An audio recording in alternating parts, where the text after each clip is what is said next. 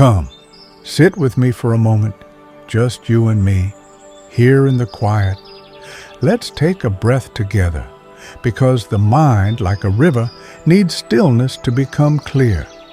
Today, I want to talk to you about something we all encounter in life, whether we notice it or not: weakness of the mind. I'm not speaking of intelligence, nor education, nor talent.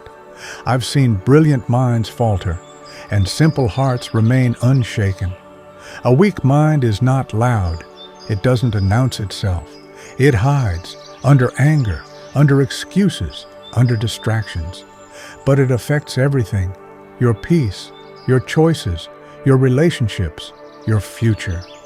So let me share with you 5 quiet signs of a weak mind, and if you find yourself in them, don't be afraid. I once lived them too. What matters is not where we are, but whether we are willing to see. The first sign is this: reacting without reflection. Let me tell you a story. A young man, strong in body, confident in speech, came to the monastery one morning, his face flushed with rage. Master, I've been fired from my job. My boss disrespected me. I couldn't stay quiet. I had to speak my mind. I poured him tea, quietly, calmly. He waited for my words. Instead, I asked him, "When the wind blows, does the mountain shout?" He blinked. No, Master, the mountain stays still. I looked into his eyes. "Then why did your mind move so easily?" His lips parted, but no words came. You see, anger is not strength. Speaking first is not wisdom. A mind that reacts before breathing is like a sword that swings before aiming, more likely to harm than to protect. How many relationships have broken over one sentence spoken too soon? How many regrets are born from moments we didn't pause? Strength lies in space, the space between what happens and what you choose to do. Learn to pause just for a breath. In that breath, there is power. The second sign: blaming others for your own pain. Blame is a thief. It steals your responsibility. And when responsibility is gone, so is growth. Let me share a memory from years ago. I once lived in a village struck by a long, bitter drought. Crops failed, wells dried, tempers flared. Neighbors began blaming each other. "You use too much water."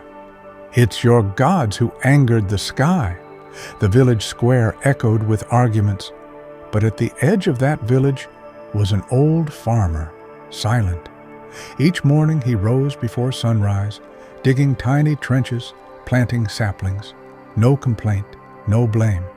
I asked him, "Old one, what use is planting trees when the rains have left us?" He smiled, eyes shining.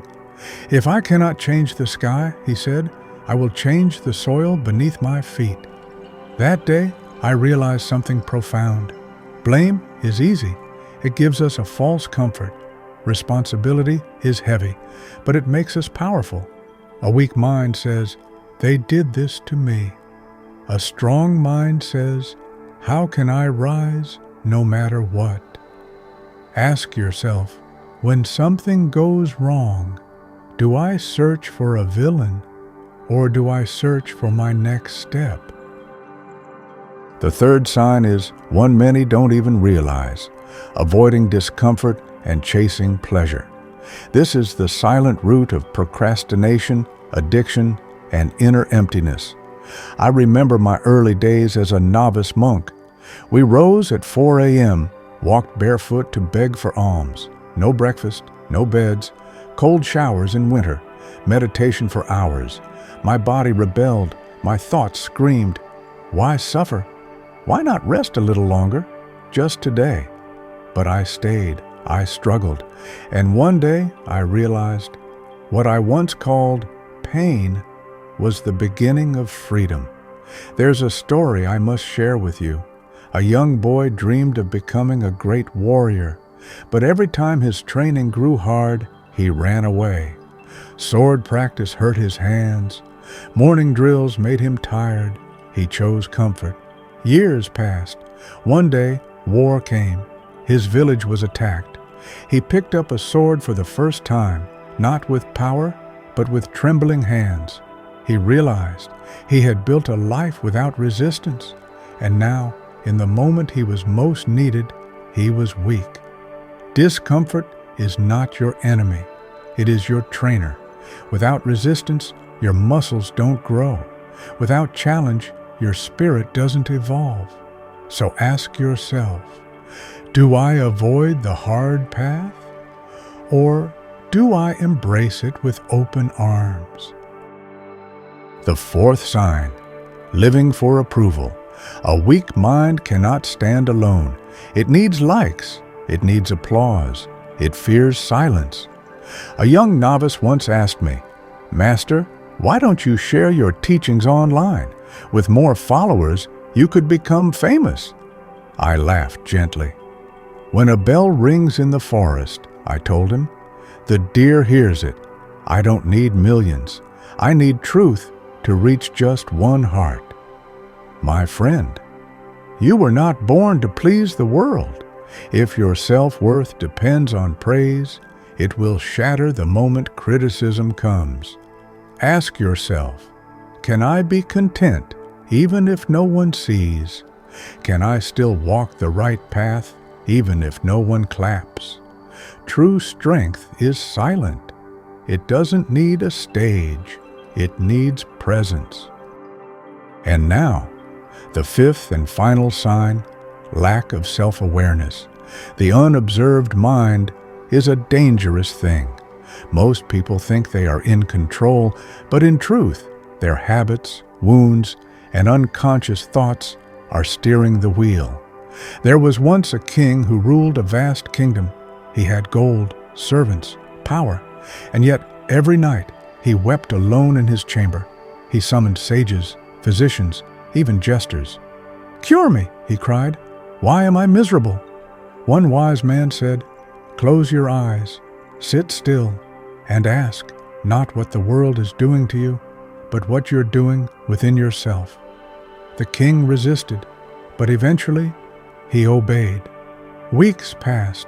One night he opened his eyes and smiled for the first time in years. He had finally met himself. You see, most of our suffering comes not from others, but from our unexamined thoughts. A strong mind reflects. It watches its fears. It questions its beliefs. It chooses its path, not out of habit, but out of clarity. So ask yourself, when was the last time you truly sat with your own mind? Not with a phone, not with a screen, but with your breath? In silence, you will find answers. Now that you've heard these 5 signs, let us sit once more in silence. Weakness of the mind is not shameful, it is natural. But what's unnatural is refusing to grow. You are here not just to survive, you are here to awaken. So the next time you react too quickly, pause. The next time you blame, reflect. The next time you avoid discomfort, choose courage. The next time you crave praise, return to your breath. And the next time you feel lost, simply sit and observe. Every moment is a chance to become stronger. I will see you again on this path.